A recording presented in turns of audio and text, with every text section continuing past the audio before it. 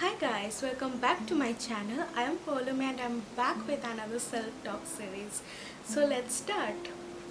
In my last video, मैंने अपनी last video में आपको self love, law of attraction and spirituality के बारे में बताया था एंड उनसे रिलेटेड जो बात है उनके बारे में बताया था और साथ में मैंने ये जो सारी चीज़ें किस साइंस पे बेस्ड है वो उस बारे में भी आपको हिंट्स दी। आज उसी साइंस के बारे में बात करेंगे।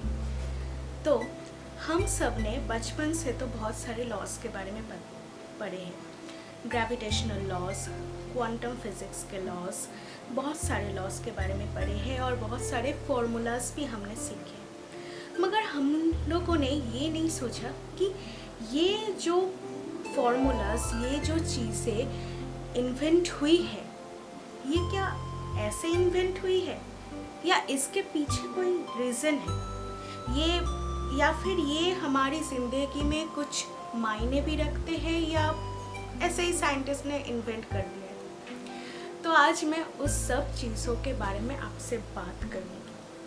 हाँ, मैंने लास्ट वीडियो में मैंने बताया था कि अगर आप साइंस में देखेंगे, अगर आप क्वांटम फिज़िक्स में देखेंगे तो हमारे चारों तरफ, क्वांटम फिज़िक्स जो बोलते हैं कि हमारे चारों तरफ जो चीज़ है वो एक एनर्जी फॉर्म में है और एनर्जी जिसमें वाइब्रेशन है, जो फ्रीक्वेंसी लेवल पे काम करती है। और हमारा जो ये पूरा अर्थ है वो एक बहुत बड़ा मैग्नेटिक फील्ड है। तो जाहिर सी बात है, अगर अर्थ एक मैग्नेटिक फील्ड है तो अर्थ में सब चीज़ एक मैग्नेट की तरह ही काम करता है ना। आपने कहीं देखा तो नहीं होगा कि पेड़ हवा में लटक रहे हैं या इंसान हवा में चल के जा रहा है, ऐसा तो नहीं होता है ना। सब हम ज़मीन पे ही रहते हैं क्योंकि ये ग्रेविटेशनल फोर्स के थ्रू होता है। तो यही चीज़ को मैं आज स्पिरिचुअलिटी, लॉ ऑफ अट्रैक्शन से मिला के आपको बताऊंगी कि हमारा ये साइंस कैसे हमारे सोच के ऊपर काम करता है। हाँ, हम ये साइंस ने प्रूफ कर दिया है कि हमारा जो ये सोच है वो एक वाइब्रेशन के फॉर्म में क्रिएट होता है और ये वाइब्रेशन जब हम क्रिएट करते हैं वो न्यूटन्स के थर्ड लॉ की तरह काम करता है। हमने कुछ सोचा, मतलब हमने एक एनर्जी थ्रो की, वो ऊपर चला गया और वो दुगनी तेज़ी से आपके ज़िंदगी में वापस भी आ रहा है। हाँ, जैसे हम बॉल को ऊपर फेंकते हैं और बॉल हमारे पास ज़मीन पे आके गिर जाता है दुगनी तेज़ी से। जितनी तेज़ी से ऊपर फेंकते हैं उससे भी हाफ टाइम में बॉल हमारे पास आ जाता है।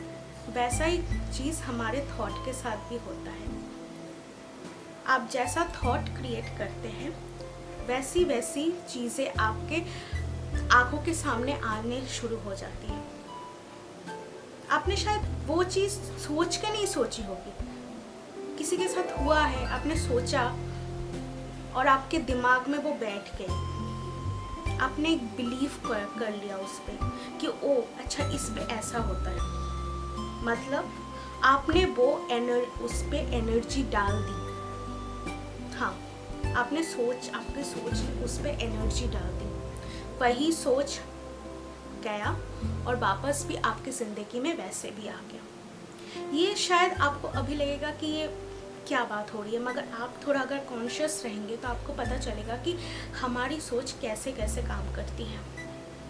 यही अगर आप क्वांटम फिज़िक्स में देखेंगे तो हमारा ये जो स्पिरिचुअल चीज़ें हैं वो भी कुछ ऐसे ही तरीके से काम करता है। अगर आप लॉ ऑफ अट्रैक्शन के 1000 फार्मूलाज देखेंगे, 1000 वीडियोस देखेंगे तो सब लोग यही बात बोलेंगे कि आप अपने सोच के ऊपर काम किया कीजिए, क्योंकि हम जो सोचते हैं वही हमारी ज़िंदगी में आ जाता है।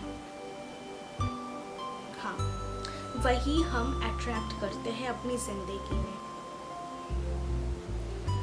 तो इस साइंस को थोड़ा आगे बढ़ते हुए मैं यही बोलूँगी कि क्वांटम फिज़िक्स में ये बताया गया है, क्वांटम फिज़िक्स में जो लॉज है उसमें यही बोला जाता है कि हम जो सोच रहे हैं उस सोच में एक वाइब्रेशन में अगर हम कंटिन्यूअसली वो चीज़ को सोचते रहते हैं तो वो एक यूनिवर्स में एक एग्जिस्टेंस बना लेती है। शायद उस टाइम पे हमारे आंखों के सामने वो ना हो, मगर वो एग्जिस्टेंस बना लेती है, क्योंकि यही तो साइंस है जो हमारे आसपास जो एग्जिस्ट करती है, यही तो साइंस है। कभी आपने सोचा था कि हमारी ज़िंदगी में कंप्यूटर कैसे आई? वो तो हमारे सोच का ही नतीजा है। कैमरा और जो चीज़ें हम लोग इस्तेमाल करते हैं अपनी रोज़मर्रा की ज़िंदगी में, वो तो किसी न किसी के सोच का ही परिणाम है। वो सोच रहे हैं, उसके अकॉर्डिंग वो एक्शन ले रहे हैं फिज़िकल फॉर्म में, क्योंकि हम जो फिज़िकल फॉर्म में काम करते हैं वो भी एक एनर्जी की तरह काम करती है। आपने वो पढ़ाई तो होगा ना, जो मोमेंटम एनर्जी होती है, जो मूवमेंट की एनर्जी होती है, वो हमारी फिज़िकल एनर्जी की तरह काम करती है कि हम हमारे जो डिज़ायर है, हम जो सोच रहे उसके अकॉर्डिंग हम उस पर काम कर रहे हैं, मतलब उस पर हम और तरीके से एनर्जीज डाल रहे हैं। इसी तरह हो गया ना कि हम जो सोच रहे हैं वही हमारी ज़िंदगी में आ रहे हैं।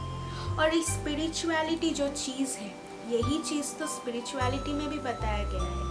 अगर आप गीता के सार को और कृष्ण के जो वाणी है उसको अगर आप ध्यान से पढ़ेंगे, ध्यान से समझेंगे, तो आपको पता चलेगा कृष्णा ने भी बहुत साल पहले यही बात हम लोगों को सिखाया कि आप अपने सोच पे काम कीजिए, क्योंकि हम जो सोचते हैं वही हम बन जाते हैं। क्योंकि हमारे ऊपर जो ये कंट्रोल है ना, वो हमारे अंदर जो ये एनर्जी है वो हमें कंट्रोल कर रहा है। समझ रहे ना, वो हमें कंट्रोल कर रहा है। इसलिए हमारी सोच को ना प्योर होना बहुत ज़रूरी है। मैं नेक्स्ट वीडियो में बताऊंगी कि सोच को कैसे ज़ीरो थॉट पे लाया जाता है। सोच को शायद बदल नहीं सकते, मगर हाँ, आप पूरे दिन में आप कितना आप अपने सोच पे कैसे कंट्रोल कर सकते हैं, मैं उस पे थोड़ा बात करूँगी और बताऊँगी कि आपको कैसे पता चलेगा कि आपके लिए कौन सा सोच सही है और कौन सी गलत है।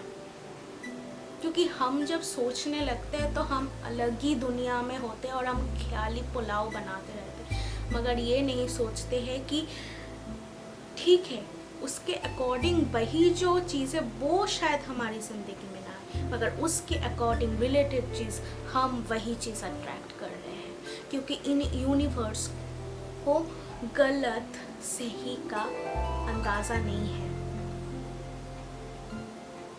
आप जिस चीज़ को मन लगा के सोचेंगे हमेशा और रोज़ सोचेंगे, वही चीज़ आपकी ज़िंदगी में आ रही होती है। कोई इंसान अगर कंटिन्यूअसली ये सोच अगर क्रिएट करे कि मेरी तो कभी किसी से बनती नहीं है, सब मुझे यूज़ करते हैं, कभी किसी से मेरी बनती नहीं है, सब मुझ पे बचपन से लेके मुझे सबने यूज़ किया है, तो आपको क्या लगता है, आपको क्या वो चीज़ मिलेगा जो आपके अंदर है कि नहीं आपको भी कोई हेल्प करेगा? नहीं।